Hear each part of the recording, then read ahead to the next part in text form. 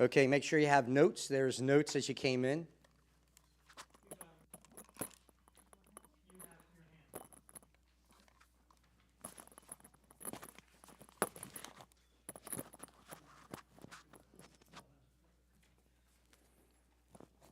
As per usual, we'll go and do a little review of chapter 5, and then we'll get into chapter 6. And then, Lex, when I start reading chapter 6, then you can pull that chapter up when I start reading. Say, chapter 5, what did we look at last week? So last week, we picked up our story in chapter 5 as the Philistines, remember, with much fanfare and celebration, possibly lining the streets, they brought the captured Ark of the Covenant from the battlefield of Ebenezer, or Aphek, to one of the temples dedicated to Dagon in Ashdod. Now, Dagon was the Philistines' chief deity, or their El, as they call it. And Ashdod was one of the 5 main cities of a pentapolis, or a 5-city confederation in which 5 Philistine kings or lords ruled over each one. Now, the Philistines were called in history the Sea People, who were thought to originally have sailed actually from Greece and from Crete, and eventually settled in the area of southern Canaan that we'll see on the map today we've looked at. So that area right down there in the south, a bit north of Egypt, but on the southwestern coast. This is the reason why Dagon is known as the fish god, sort of a half man, half fish if you look at the pictures. This is also the reason why their political structure so closely resembled the Greek city-states that predated Alexander the Great. He talked about that because of possibly their Greek heritage coming from that political system. So the priests of Ashdod strategically, remember, placed the ark in a subservient position before their god, Dagon. And when the next morning arrived, the priests entered the temple only to find Dagon had fallen down before the ark of the Lord instead. Dagon fell into a submissive position before Jehovah, is what happened. And Jehovah made it happen, the true and living God. Thinking that this might have happened purely by accident, believe it or not, it was a coincidence. There must have been a strong wind overnight. But thinking it was possibly a coincidence, they lifted Dagon up, dusted him off, and placed him back on his pedestal where he belonged. But the next morning, they arrived to find that Dagon not only fell back into a submissive position before the ark again, but his head and hands lay before them on the threshold as they entered. Now, this was no coincidence. And it would have been in their minds that this was no coincidence any longer. This was most certainly the work of the Hebrew God. Jehovah was demonstrating his complete dominance over Dagon. Don't miss that. This was a demonstration, not just to put them in their place, but to teach them, to show them. He was showing the Philistines something, and he was showing them that he was the God over all the earth, not just Israel. He had no territorial boundaries and could even work inside Dagon's own temple. To make matters worse, the Lord began to strike the Philistine city of Ashdod with a plague. It says that the people broke out in tumors called ophalim, or what could be translated as swellings, or some mounds of some sort on their body. Now, more than likely, large, painful mounds broke out all over their bodies, probably from head to toe. It was all over. Very painful. Pretty quickly, the desperate and astute people of Ashdod realized their trouble began with the arrival of the Ark of God. They put 2 and 2 together. They now summoned the lords of the Philistines and requested it to be removed from their city right away. Get it out of here. Well, the lords agreed and decided to send the ark to Gath. But as soon as it arrived in Gath, Swellings broke out on their people, so that the city was thrown into great confusion and terror by this point. The Philistine lords, who haven't learned their lesson yet, out of embarrassment, pride, refused to send the ark back to Israel, at least at this point, but instead, they ordered it brought out of Gath and sent to the poor residents of Ekron. Now, I imagine at this time, the ark hasn't even made it into the city limits before the Ekronites began crying out in terror and protest. The Ekronites cried out loudly that these lords have, I quote, have brought the ark of God to Israel to us to kill us and our people. The Philistine lords were summoned quickly and asked to remove the ark from Ekron as well. God oppressed the Philistines so badly that we see this ancient game of hot potato being played out before our eyes as the Philistines are sending it from one place to another and are simply running out of cities to send it to. So the Philistines' lords, along with the people, have now come to realize that the resounding military victory at Ebenezer was in no way a defeat of this Hebrew God. What the Lord is attempting to teach these Philistines, or what he's doing, is to teach them a lesson I don't think many of them really heeded, unfortunately. God was showing them the truth, and the truth was there are no other gods besides him. This is where I ended last week. Dagon was no God, and if he was unable to do what all deities were supposed to do, protect their people, control human events. It was the God of Israel who was controlling these events. Jehovah controlled human events, and he certainly was controlling the very lives of these Philistines, the very livelihood of the Philistines, and the very health of the people, even those lords. Realizing that there was little choice but return the Ark of the Covenant, the question became, how can we appease this Hebrew God who is simply oppressing them at will? So let's see what happens as we will read the first 12 verses of chapter 6 as the Philistine lords decide to send the ark back to Israel. And we are going to stop at verse 12. So turn in your Bibles to 1 Samuel chapter 6, and we're going to read the first 12 verses of the text and stop there.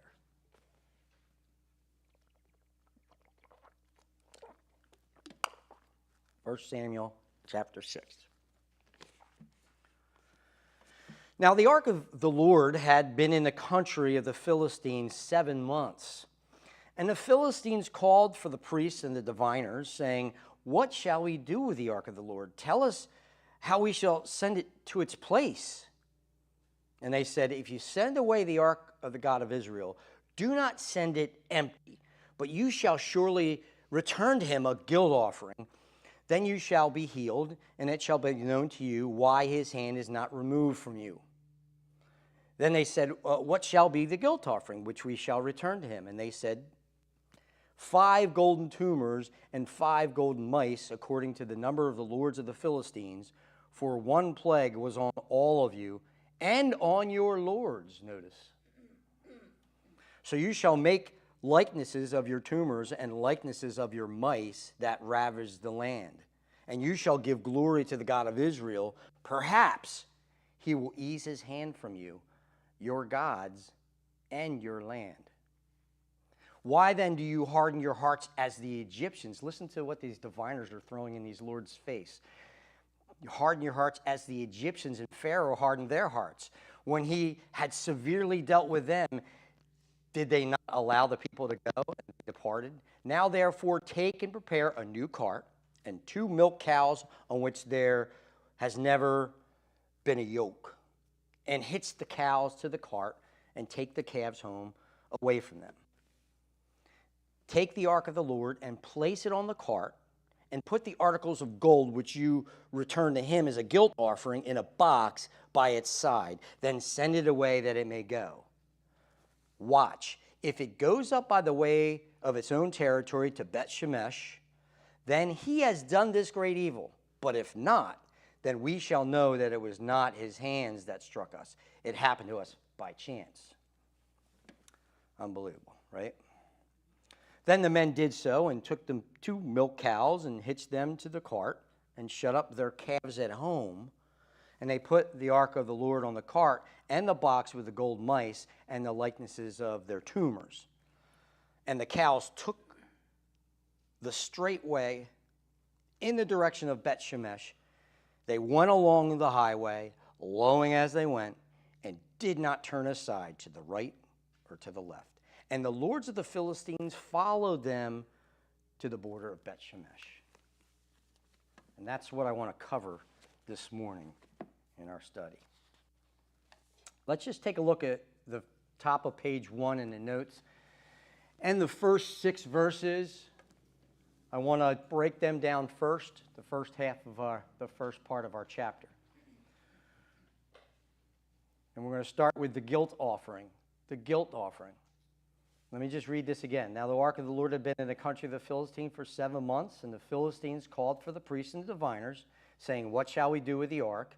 Tell us how we shall send it to its place." And they said, "If you send away the ark of the God of Israel, do not send it empty, but you shall surely return to him a guilt offering.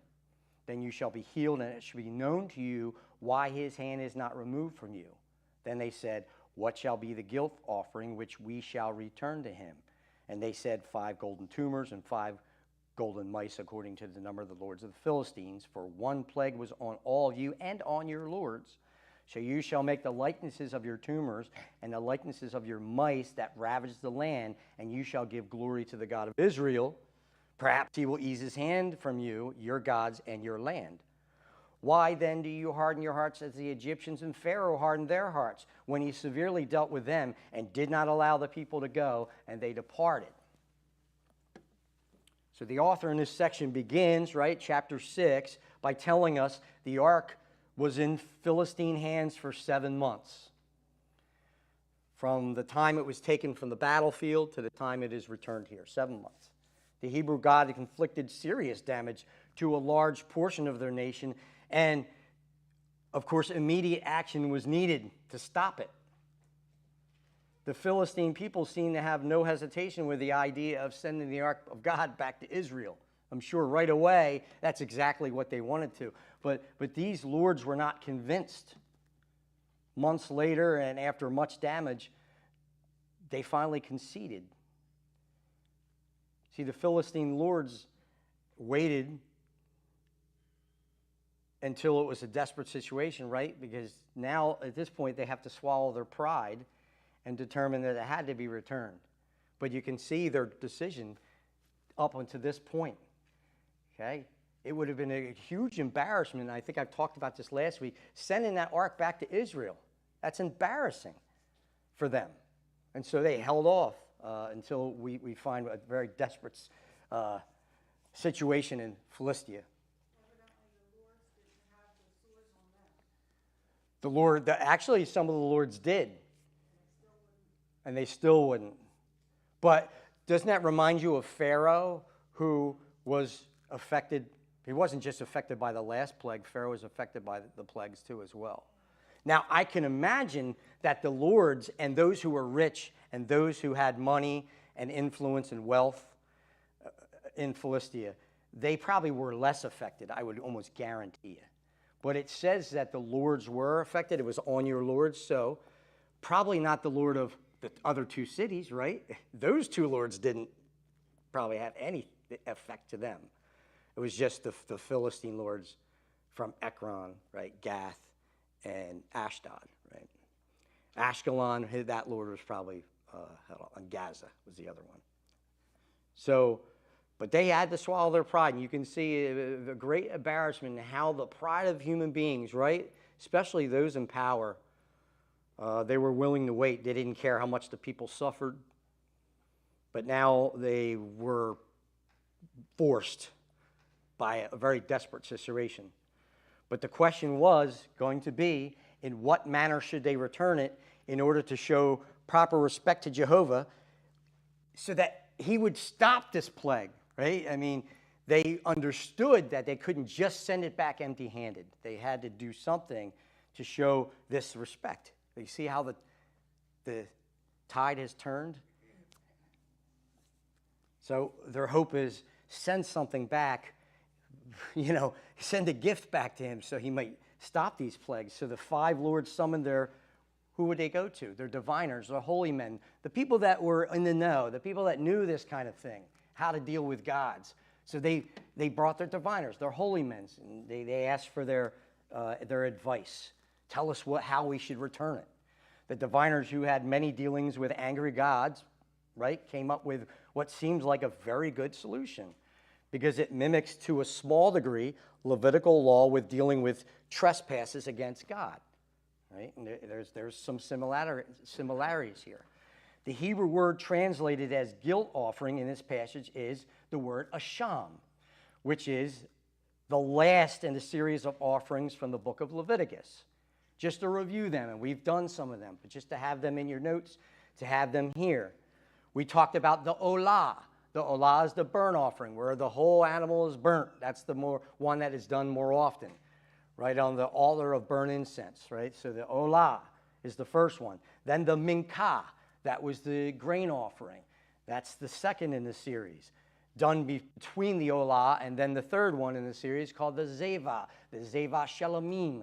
And that was the one that was done, that's a peace offering with much celebration. And the worshipers got a large portion of that animal, and they brought that animal home to their families and usually had a feast attached. So we've went over the first 3, the zeva being the one that was observed, that the 3-pronged forks was stuck in there by the priests and the priests' assistants. They were sticking those 3-pronged forks in there during the zeva offering. Then there's something called the hata'at, which is the sin offering, which is the 4th one in the series. And then the last one is the asham, which is translated as guilt offering. Now, the translation of guilt offering tends to be kind of incomplete or even misleading because of how we think of this guilt offering. So I just want to straighten it out so we know what the guilt offering is, just on a very cursory level. A better term for this offering should be a reparation offering. A reparation offering, or reparation is a better word than guilt. The idea of this offering is that the worshiper owes the Lord a payment to repair a broken relationship, and basically through sin. All right, so there's something is owed to the Lord. You got to make reparation. You have to repair the relationship. An animal has to take the place of the Israelite who can't pay the penalty himself.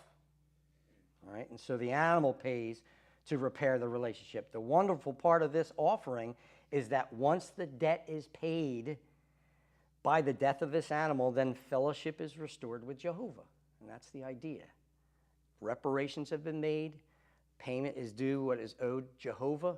And now the fellowship is restored. So, of course, this beautifully pictures the death of our Lord Jesus Christ as payment to make a reparation for us so that our fellowship is restored with our Creator. That's the beautiful side of this. Well, I just wanted to say this or go over this as the next part, because it seems that, I hope you didn't seem to think I was saying that what they were doing is exactly this.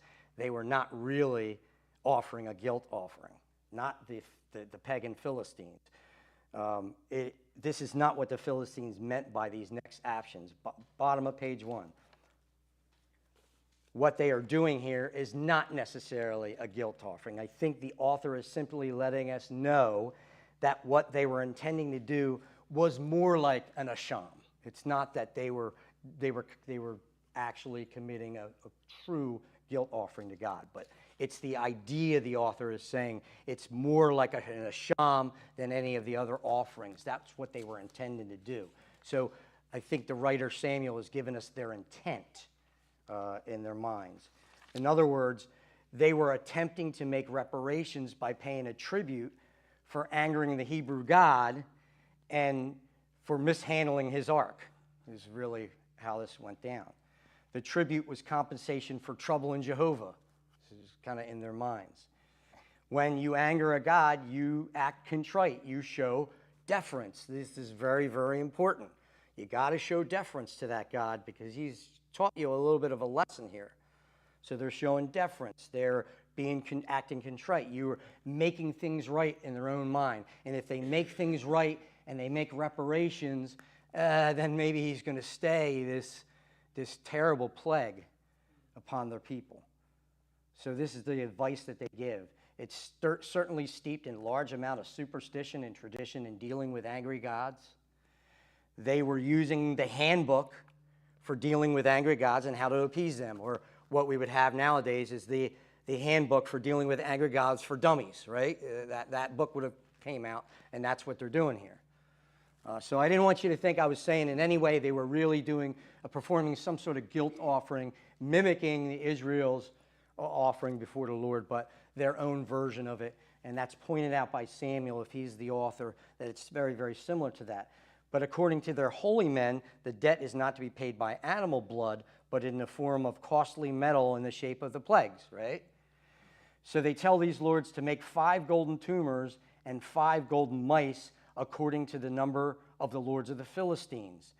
Now, I just wanted to briefly go over this because a lot of you guys do a lot of personal Bible study, but it is not really important in the context of this story. But I wanted to show you how there's a little discrepancy here, and we can chalk it up for just that. Nothing important, but this is another section that has caused some discussion amongst scholars. No matter what side you fall on this discussion, it doesn't change anything about the text, the story. Okay, the argument centers around the sense of the text and the translation of the Hebrew word va. All right? The Hebrew word va can either mean and, or it can also be translated namely, depending on the context.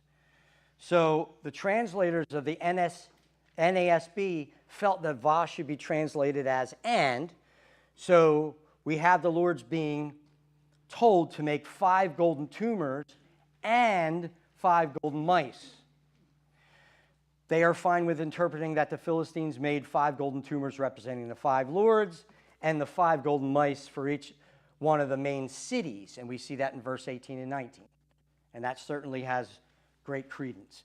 Others say it should be translated 5 golden tumors, namely in the form of, to put it that way, 5 golden mice according to the number of the Philistines. So there is some scholars that think there is 5 items, 5 mounds in the shape of mice that are returned. So there's only 5 items being returned. It does not matter, but I see this is like sometimes you're sifting through the text, and I just wanted to make sure you knew that was there. I mean, for our purposes, we're going to say 5 golden tumors and 5 golden mice, like the NASB. But as a result of this conclusion, the Philistine priests advised sending the 5 mounds or substantial lumps of gold, each molded in the shape of a mouse, making one very expensive gold item for each of the 5 kings, and one for each of the 5 cities, sent as a reparation. Everybody got that? Now, notice the author adds another detail that we weren't told in the previous chapter. And I figured in your minds, what's the deal with these mice, right? All of a sudden, we have mice read here and here. So this is a detail we're not given as of yet. So in addition to these painful swellings all over their body, there was also an infestation of mice that ravaged their land. In verse 5, it says that they're making 5 golden mice as in the image of those, the mice that ravaged their lands. We see that in verse 5. Mice infestations, if you look at historically, were an occasional but rather problematic thing for ancient Middle Eastern cultures. They could multiply quickly almost overnight and eat extensive amounts of grain before the damage can be stopped. So more than likely, you have a mice infestation here. Rats is translated in some of your other versions, but it was more history shows, at least history, agriculture, you study crops and different things. It was more likely that there would be a mice infestation of their fields rather than a rat infestation.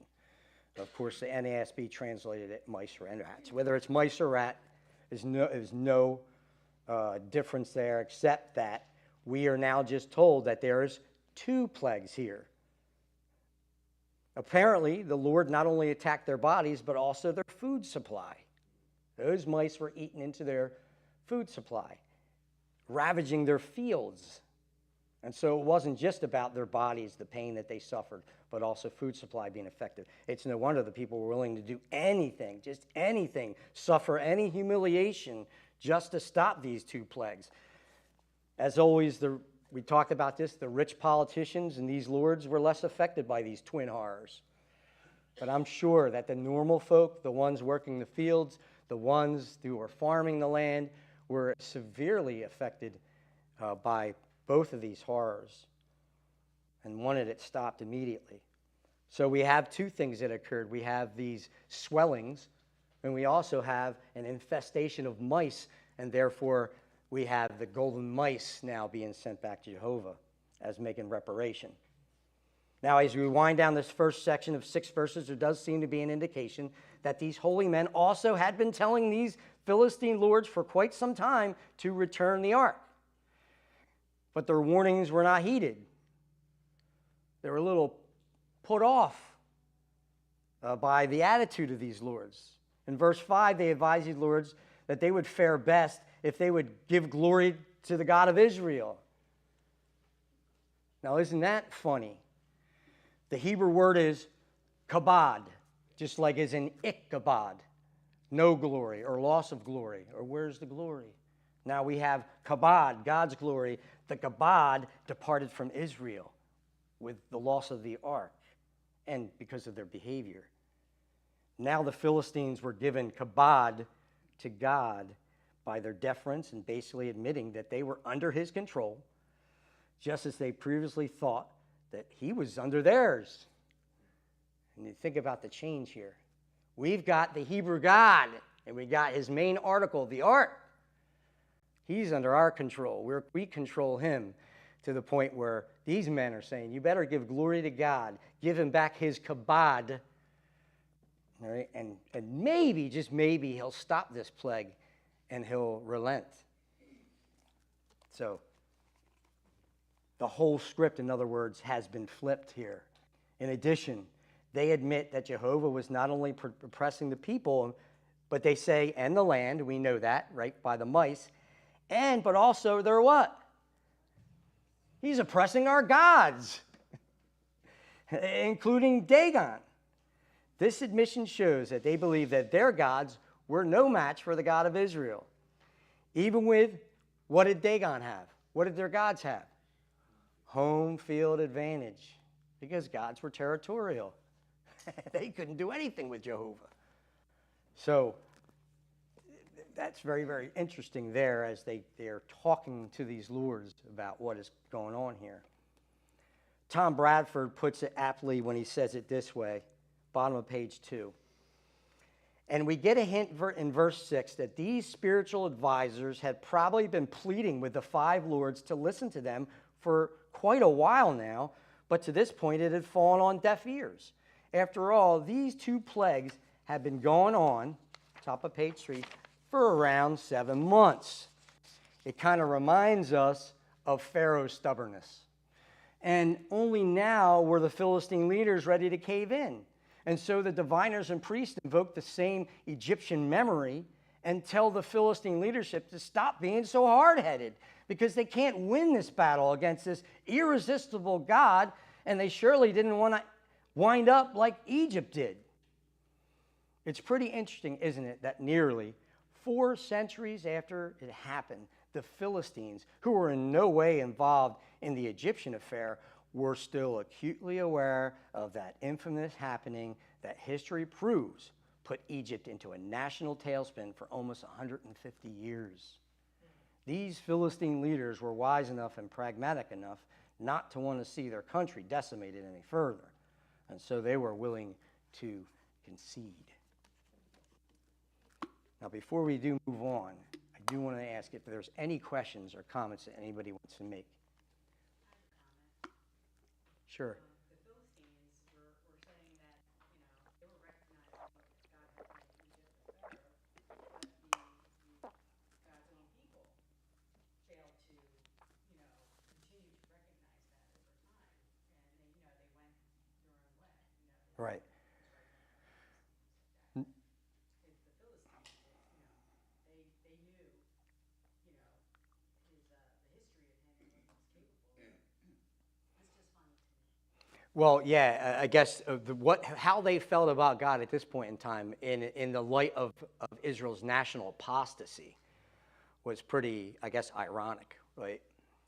The Israelites' fathers saw these events. They saw Egypt. They saw what God did at the Red Sea. And it talks about observing these things and celebrating these things. And I think that this generation that has come out of this time period, right, the time period of the judges, had forgotten those things, right? And so we have this apostate priesthood and group of Israelites who parade the ark in the battlefield thinking they're going to force God's hand to fight for them, when probably it would have taken a little bit of reparation, a bit of contriteness, and, of course, national repentance to bring themselves back. We're going to talk about that a little bit later. A good point, Sharon. Anybody else? The test. Of course, there's got to be a test. And it just reminds us that they are pagan. They are not true believers. They still aren't sure that, all of this is from the Hebrew God. It's just amazing. So verses 7 through 9. Now, therefore, the diviners say, take and prepare a new cart and 2 milk cows on which there has never been a yoke, and hitch the cows to the cart and take their calves home away from them. Take the ark of the Lord and place it in the cart, and put the articles of gold which you return to him as a guilt offering in a box by its side, then sending it away that it may go. Now watch, if it goes up by the way of its own territory to Bet Shemesh, then he has done this great evil. But if not, then we will know that it was not his hand that struck us. It happened to us by chance. Now, with the reparation offer determined, it is time for a test. Now, I've given these holy men some props for their spiritual intuition, right? But don't think for a second that they were converted or chosen in any way to follow or even really to personally glorify Jehovah. That was not the point.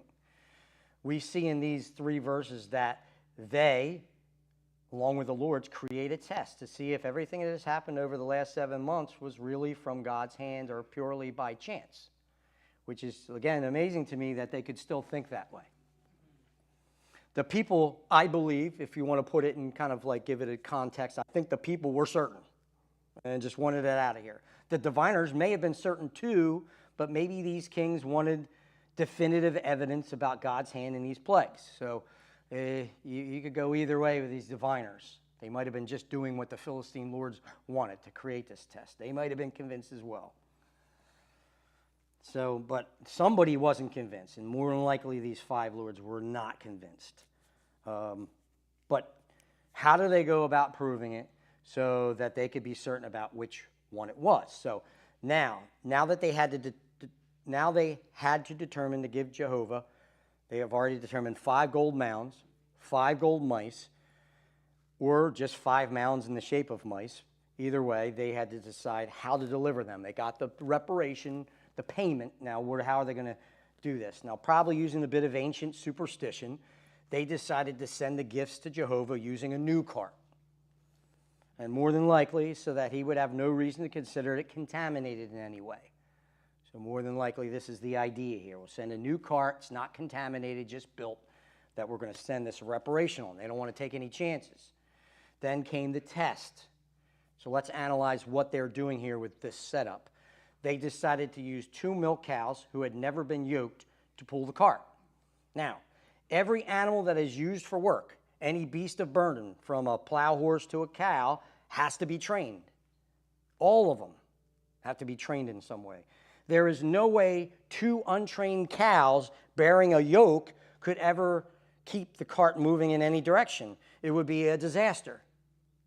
They're untrained. Also, we have the Christian picture of being unequally yoked comes into play, because even if they were both trained separately, they would also have to be trained to work together, right? One would pull the yoke faster than the other, and they would be pulling and working against each other. So they not only have to be trained, they have to be trained together. So 2 untrained cows could never do this job, and then you put a yoke on them where they have to work together to pull this cart, and now you have a real problem of being unequally yoked. And the cart would most certainly end up in a ditch somewhere or running off the road.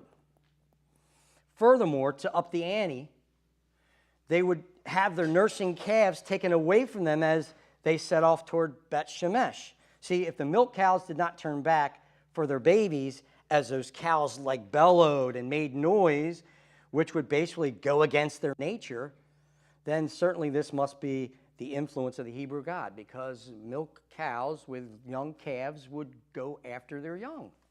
They no way would continue down the road and walk away from those cows. So they upped the ante with this last piece of dragging those calves away and then setting them off toward Bet Shemesh. Thus, if these untrained cows carry this load directly up the road to Bet Shemesh without incident, then it truly was, without a doubt, Jehovah who inflicted them these 7 months. Very simple. The test results we find in verses 10 through 12. Then the men did so and took the 2 milk cows and hitched them to the cart and shut up their calves at home. And they put the ark of the Lord on the cart and put the box with the golden mice and the likenesses of their tumors. And the cows, listen to this, took the straight way in the direction of Bet Shemesh. They went along the highway, lowing as they went, and did not turn aside to the right or to the left. And the lords of the Philistines followed them to the border of Bet Shemesh. Now, can you pull up that map, Gary? Okay, I don't know if you can see that. You do have it in your notes for those who are here. For those who are at home, you have the red lines. You see that the ark started its journey in Shiloh. See, Shiloh would be up here to my left, all right? Moved across over to the battlefield between Ebenezer and Aphek. They have Ebenezer with a question mark because they're not really necessarily sure. They know it was by Aphek or Aphek, but not really sure the positioning of Ebenezer, but it's up there. Then it moved down into Philistine territory, all the way down to Ashdod, and you can see that over here. Then moved across a little bit to the east to Gath. Then moved a little bit to the north to Ekron or Ekron. And then you'll see a line from Ekron as it moves straight east and a little bit south to Beth Shemesh. And that's where it ends up at the end of verse 12. Let me just talk about Beth Shemesh. Beth Shemesh was a Levitical city. We find that in Joshua. We're going to talk a little bit about more of that next week. But you see in Joshua, it was given to the Levites. Remember, the Levites they didn't have their own territory. They didn't have their own cities. They were given certain cities within others' territory. So Beth Shemesh was a Levitical city, or really more of a village. It wasn't a very big hustle-bustle city. It was more of a village located in the valley of Sorek, about 7 miles southeast of Ekron. Now, it was in the tribal territory of Judah. So Levites lived in this city or populated this city, but it was inside the territory of Judah itself. Now, there was a road that led from Ekron to Beth Shemesh. And there is nothing in the text to indicate that they didn't take the cart some distance down the road, right? But at least we know that these cows traveled at most 7 miles. And more than likely, they could have taken the cows a little bit east just to the border of their territory and then set them off at some point down the road. It can be no longer than 7 miles. It's pretty close. But it's not like they went a half a mile. They traveled some distance, so it was pretty convincing when these milk cows stayed the path and stayed on the road untrained for a bunch of miles, a handful of miles. So pretty interesting. The cows, like a couple of old pros, walked together straight down the road all the way to Beth Shemesh. And as further proof that the Philistine lords were the ones calling for this test, at least their hand was heavily upon this test, we see them following the cart all the way to the village border, just to make sure that the cows didn't step off the road, a half a mile before Beth Shemesh. They made it all the way, so they watched. They just had to know they made the right decision here. And so we end at least our section here as the cows successfully entered the city or the village of Beth Shemesh. Now we have now wrapped up a brief 7-month period of both Israelite and Philistine history. Very, very brief period of time, right? Both sides have learned some valuable lessons.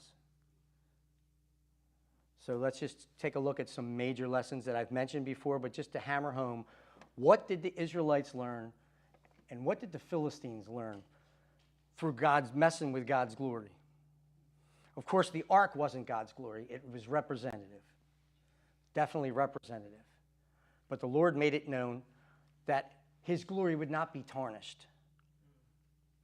What did they learn? Well, even if they didn't learn the lesson, he was trying to teach them something. The Philistine lords and their religious leaders, along with the people, could come only to a few important conclusions. The God of Israel was more powerful than Dagon, and he could not be manipulated or controlled. He was much more than the sacred artifact they felt can encompass the Hebrew God. He wasn't the ark, obviously. He was much more than the ark. He had no territorial boundaries. He was the God of all people, not just the Israelites. And he could work inside Dagon's own temple. And so gods were thought to have territories. Well, this God had no territories. They in no way defeated him on the battlefield, but only defeated his apostate people. The Israelites, on their end, also thought that they can control Jehovah with the ark by compelling him to act by bringing the ark to the battlefield.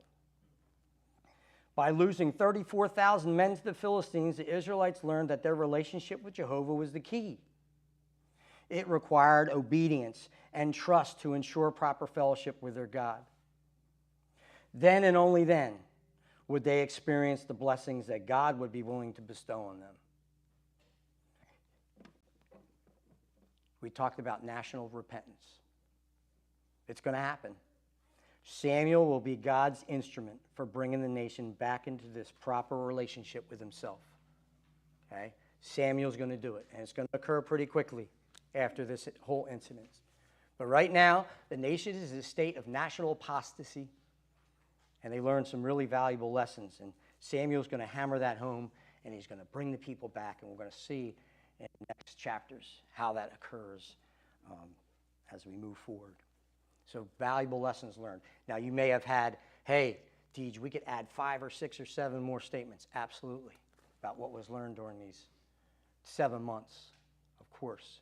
But those were the main ones. And I want you to think about those things as we've run out of time. We're always going to have a time of sharing if anybody wanted to share some other things. But we can, throughout the week, share other thoughts and feelings and some spiritual truths we garnished out of chapter 6. We can share that together, of course, outside of the study, one-on-one or in a small group. But anyway, we ran out of time, so we are going to have to stop for today.